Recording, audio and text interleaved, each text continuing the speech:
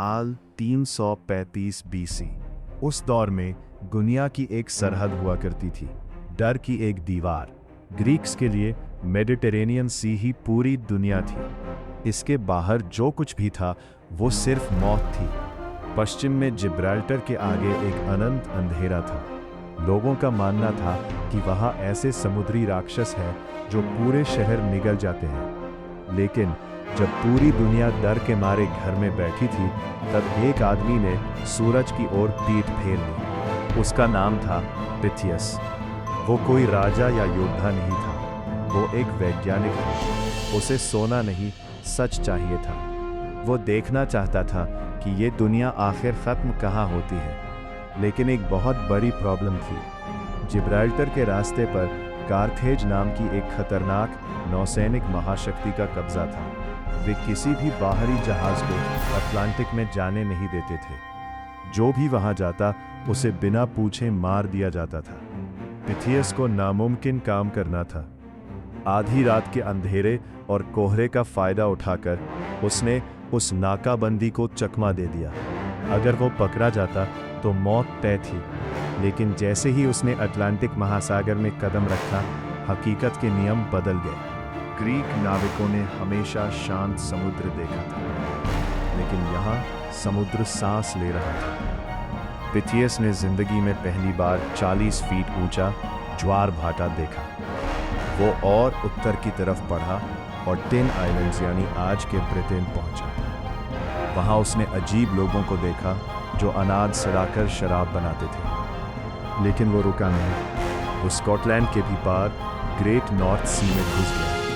जैसे जैसे वो आगे बढ़ रहा था, दिन लंबे होने लगे और रातें गायब। उसके नाविक बुरी तरह डर गए और फिर उन्होंने वो देखा जिसने उनके होश उड़ा दिए। द मिडनाइट सन। भूमध्य सागर के किसी इंसान के लिए यह वैज्ञानिक रूप से असंभव था। सूरज 24 घंटे आसमान में था। नाविकों को लगा कि वे इंसानों की दुनिया छोड़कर किसी और डायमेंशन में आ गए।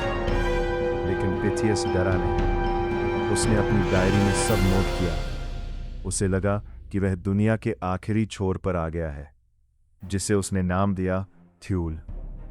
लेकिन असली खौफ तो थ्यूल के आगे था, जहां समुद्र अचानक पानी नहीं रहा। वो एक ऐसी चीज में बदल गया जिसे पिथियस ने कहा समुद्री फेफड़ा। एक ऐसा पदार्थ जो न जमीन था, न हवा और न समुद्र। आप उस पर चल नहीं सकते थे और उस पर जहाज नहीं चला सकते थे। यह ब्रह्मांड का वह हिस्सा था जो शायद कभी बना ही नहीं था। पिथियस को लगा कि वह दुनिया के अंत में पहुंच गया है। लेकिन आज हम जानते हैं कि वह कोई फेफड़ा नहीं था।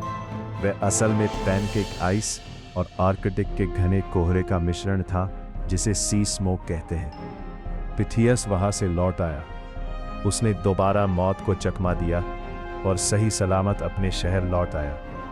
उसके पास दुनिया का सबसे बड़ा साइंटिफिक डेटा था। उसने सोचा कि दुनिया उसे एक हीरो मानेगी।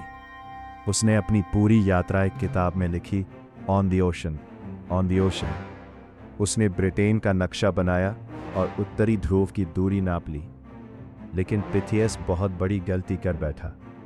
वह एक ऐसी दुनिया में सच बोल रहा था जो सच सुनने के लिए तैयार ही नहीं थी। उस समय के सबसे बड़े इतिहासकारों ने उसकी किताब पढ़ी और जोर जोर से हंसने लगे। 40 फीट ऊंची लहरें, आधी रात को निकलने वाला सूरज, पानी की जेली। पिथियस पागल हो गया है। उन्होंने पिथियस को इतिहास का सबसे बड़ा झूठा और धोखेबाज घोषित कर दिया। उसकी लिखी गई ओरिजिनल किताब हमेशा के लिए नष्ट कर दी गई। पिथियस एक मजाक बनकर मर गया। 100 साल गुजरे, 500 साल, 1000 साल। पिथियस को सबने भुला दिया और फिर 2000 साल बाद मॉडर्न साइंस ने आर्कटिक में कदम रखा और तब दुनिया के होश उड़ गए।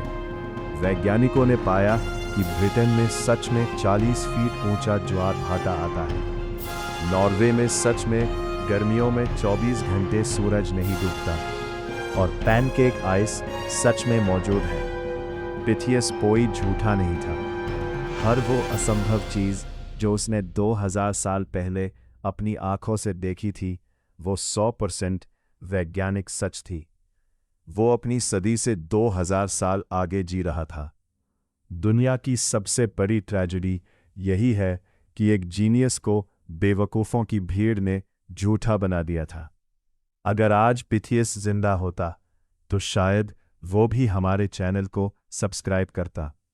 इतिहास के ऐसे ही छुपे हुए रहस्यों को डिकोड करने के लिए एक्सप्लेन इन 60 को अभी सब्सक्राइब करें। मिलते हैं अगले वीडियो में एक नए रहस्य के साथ।